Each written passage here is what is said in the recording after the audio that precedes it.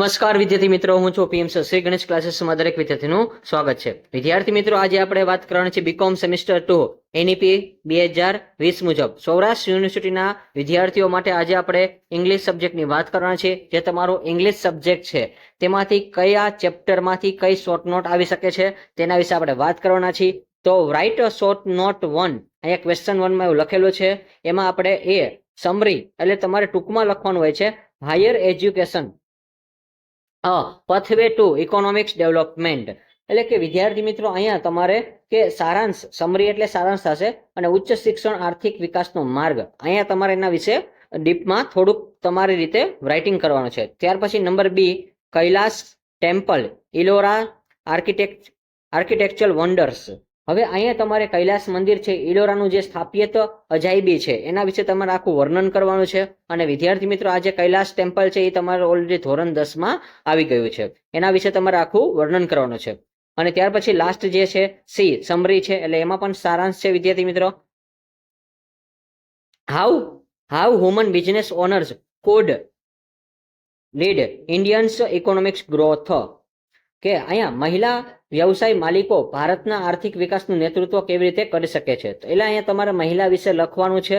અને આ ખાસ એનો વ્યવસાય, એ જે બિઝનેસ કરે છે એના વિશે તમારે આખું લીડરશિપ, આખું જે નેતૃત્વ છે એ બધું બતાવવાનું છે. તો ખાસ યાદ રાખજો, આ 3 શોર્ટ નોટ છે વિદ્યાર્થી મિત્રો. 3માંથી તમારે આરામથી 2 શોર્ટ નોટ છે એ પૂછવાની છે. એમાં મોસ્ટ ઇમ્પોર્ટન્ટ હોય તો higher education pathway to economics development. આ આવતીકાલના પેપરમાં ડેફિનેટલી તમને જોવા મળશે. તો અચૂકપણે આ શોર્ટ નોટ ખાસ કરીને જજો. આ short note very very most important છે.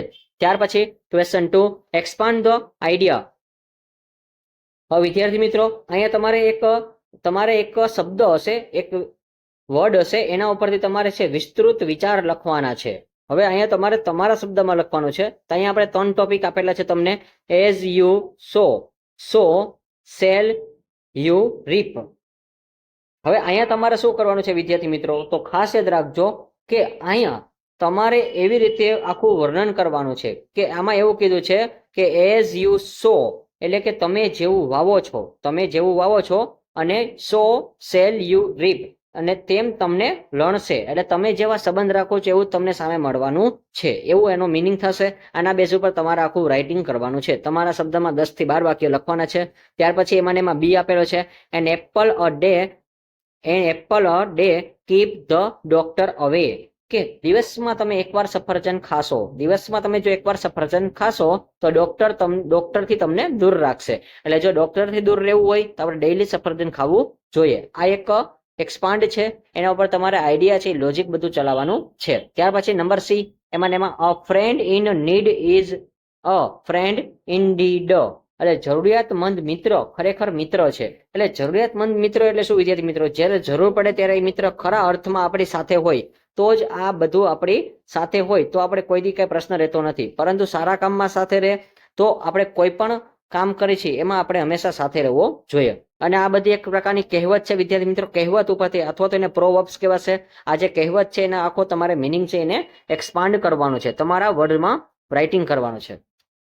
ત્યાર પછી એમાં વિદ્યાર્થી મિત્રો તમને આન્સર બ્રીફ. હવે આ જે ક્વેશ્ચન આન્સર છે વિદ્યાર્થી મિત્રો, તો આ ટાઈપના ક્વેશ્ચન આન્સર તમારે આવી શકે છે.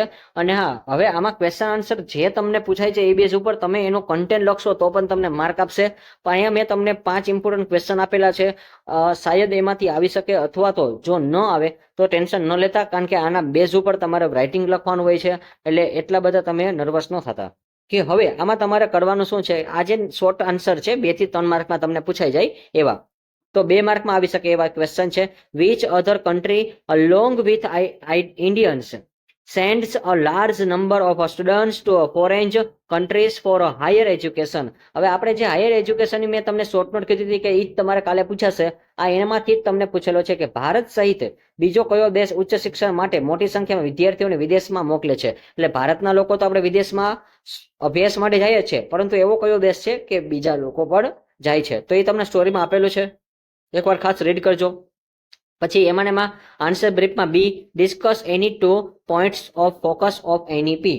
હવે અહીંયા તમારે એનઈપીના કોઈ પણ 2 મુદ્દા ચર્ચવાના છે. તો એટલે ન્યૂ એજ્યુકેશન પોલિસી આવેલી છે એના ઉપર તમારે 2 ટોપિક તમને યાદ હોવા જોઈએ. તો આમાંથી 3 પહેલા તો તમે મુદ્દાના નામ પાકા કરી નાખો એટલે આરામથી તમને આવડી જશે. ત્યાર પછી એમાં સી વેર આર ધ કેવ ટેમ્પલ્સ લોકેટેડ. હવે અહીંયા વિદ્યાર્થી મિત્રો કેવનો મિનિંગ થશે કે ગુફા. હવે ગુફા મંદિરો ક્યાં આવેલા છે એના વિશે તમારે બતાવવાનું છે. પછી next D, what is the current contribution of the human business owners to a global GDP. હવે અહીંયા તમારે વિદ્યાર્થી મિત્રો યાદ રાખજો કે વૈશ્વિક જીડીપી છે એમાં મહિલા વ્યવસાયનું માલિકીનું વર્તન યોગદાનનું શું હોય છે. તો આ ક્વેશ્ચન ખાસ ઇમ્પોર્ટન્ટ છે તમારા માટે, ખાસ કરજો. Current contribution of human business owner to a global GDP, આ ક્વેશ્ચન તમારા માટે ખૂબ જ ઇમ્પોર્ટન્ટ છે. ત્યાર પછી એમાં લાસ્ટમાં how many caves are there in all, કે ઓલ તો અહીંયા મિનિંગ થશે કુલ કેટલી ગુફાઓ છે. તો વિદ્યાર્થી મિત્રો કુલ કેટલી ગુફા છે એકવાર ખાસ નંબર પાકો કરી લેજો. આ નંબર છે એ તમને ખોટો ન હોવો જોઈએ. આટલો ક્વેશ્ચન જ છે, ખાલી એક લીટીનો જવાબ છે, એક જ શબ્દનો કહી દે તો. ત્યાર પછી વિદ્યાર્થી મિત્રો તમને એક પેરેગ્રાફ આવશે. હવે એ પેરેગ્રાફ ઉપર તમારે શું કરવાના છે, એમાં સિમ્પલ ક્વેશ્ચન આન્સર તમારે છે રાઇટ ડાઉન કરવાના છે. તો વિદ્યાર્થી મિત્રો આ જે પેરેગ્રાફ છે પહેલા તો એનો વ્યવસ્થિત સ્ક્રીનશોટ લઈ લેજો. Expert say that people need at least 6 hours of sleeping every night. હવે એવા ઘણા બધા તજજ્ઞ હોય છે, એવું કહેતા હોય છે કે ભાઈ એટલીસ્ટ આપણે 6 કલાક તો સ્લીપિંગ કરવું જ જોઈએ એવરી નાઇટમાં. If they do not get enough sleep, they will feel sleepy the whole day. કે આપણે આખો દિવસ કદી સોવું જોઈએ નહીં. યંગર પછી kids need at least 9 hours of sleepy every night. તો જો અહીંયા યંગર માટે 9 કલાક કીધી છે. પછી after school activities can take away from sleeping times four kids. પછી હવે આપણે એક્ટિવિટી કરવી જોઈએ, સ્કૂલની એક્ટિવિટી હોય છે તો આ બધું યાદ રાખવાનું. પછી also parents with busy lifestyles પછી stay up late and their kinds do the same. હવે ઘણા બધા પેરેન્ટ્સ છે અત્યારે વ્યસ્ત હોય છે આખો દિવસમાં, તો એના માટે કિડ્સને પણ ટાઈમ આપવો જોઈએ, એટલે બાળકને પણ સમય આપવો જોઈએ. પછી kids with little sleeping have hard time sleeping at night and this will affect their daily routine and make them self productivity through their day in the school. તો આખો દે વિચારા વિદ્યાર્થીઓ મિત્રો છે ડેલી રૂટીન એનું કામ શું હોય છે કે સ્કૂલે જવાનું છે, પછી આ બધી પ્રોડક્ટિવિટી છે એ બધું તમારે સ્કૂલની લેવલ છે એ બધું ધ્યાન રાખવાનું. Most parents are not aware of what does on when their kids go to sleeping and how the brain work when we are asleep. તો વિદ્યાર્થી મિત્રો આ ટાઈપનો એક પેરેગ્રાફ હશે. હવે આ પેરેગ્રાફ ઉપરથી જો પહેલા આપણે ક્વેશ્ચન, હવે જો આખો પેરેગ્રાફ કોઈ દી નહીં વાંચવાનો વિદ્યાર્થી મિત્રો. ઘણા બધા વિદ્યાર્થી મિત્રો ભૂલ કરે છે કે આખો પેરેગ્રાફ વાંચે છે. નહીં, પહેલા એ અડધો અથવા 3 થી 4 લીટી વાંચી લેવાની. તો 3 થી 4 લીટી આપણે જોઈ તો expert say that people need at least 6 hours of the sleeping every night. If they do not get enough sleep, they will feel sleepy the whole day.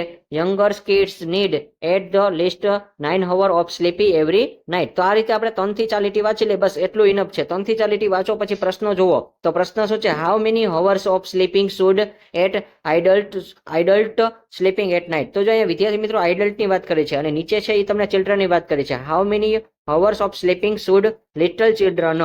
તો લિટલ એટલે નાના બાળકો થશે વિદ્યાર્થી મિત્રો, યાદ રાખજો. તો અહીંયા આઇડલ માટે વાત કરી વિદ્યાર્થી મિત્રો, જો અહીં લખેલું છે ફર્સ્ટ લીટીમાં એક્સપર્ટ સે ધેટ પીપલ એટલે અહીંયા આઇડલ્સ લખેલું છે, નીડ એને 6 કલાક જ સ્લીપિંગ કરવાનું છે. જ્યારે ચાઇલ્ડ હોય છે કે યંગર કિડ્સ નીડ તો એટલીસ્ટ 9 hours. તો જો વિદ્યાર્થી મિત્રો આ રીતે તમે લખશો તો તમને આન્સર આવડી જશે. પછી આમાં તમને આન્સર આપેલા છે તો તમારે આ રીતે જ રાઇટિંગ કરવાના છે. Number 3, can sleep effect life expectancy. તો એમાં તમારે એક્સપેક્ટેશન શું યાદ રાખવાનું છે, તો એમાં યસ આપણે યસ કરવાનું છે. It can increase life expectancy. પછી as sleep and initial or comfort, તો એમાં આવડે ઇનિશિયલ. પછી according to expert is brain activity we are asleep. તો વેરી એક્ટિવિટી કે એમાં હંમેશા એને એક્ટિવિટી સતત ચાલુ રાખવી પડે. લાસ્ટ ક્વેશ્ચન છે, what does after school activities do to our sleep. તો it can take away from a sleeping time for kids. પછી ગ્રામરમાં તમને 2 ટોપિક આપું છું વિદ્યાર્થી મિત્રો. ગ્રામરમાં એક્ટિવ પેસિવ તમે ખાસ કરીને જજો, અથવા તો ડાયરેક્ટ ઇનડાયરેક્ટ છે પણ એ બહુ શક્યતા ઓછી રહેશે. એક્ટિવ પેસિવ જ વધારે ઇમ્પોર્ટન્ટ રહેશે. પણ એકવાર બેના નિયમ ખાસ જોઈ લેજો. અને જો એના નિયમ તમારે જોતા હોય તો તમને ટેલિગ્રામ ચેનલની લિંક છે, એમાં એક PDF ફોરવર્ડ કરી દઈશ, ડાયરેક્ટ ઇનડાયરેક્ટ અને એક્ટિવ પેસિવ. તો એક્ટિવ પેસિવ આપણી પાસે એવો નિયમ છે કે એ નિયમ તમે ખાલી પાકો કરી નાખશો તો આરામથી તમને આવડી જ જશે એક્ટિવ પેસિવ, કારણ કે એમાં બધા નિયમ આપણે આવરી લેવામાં આવેલા છે. તો ટેલિગ્રામ ચેનલની લિંક છે ડિસ્ક્રિપ્શન બોક્સમાં છે વિદ્યાર્થી મિત્રો, ફટાફટ તેમાંથી જોઈન થઈ જજો, એટલે તમને આરામથી PDF છે એ ફોરવર્ડ થઈ જશે અને તમને પણ મળી જશે, એટલે તમે આરામથી રાઇટિંગ કરી શકો છો.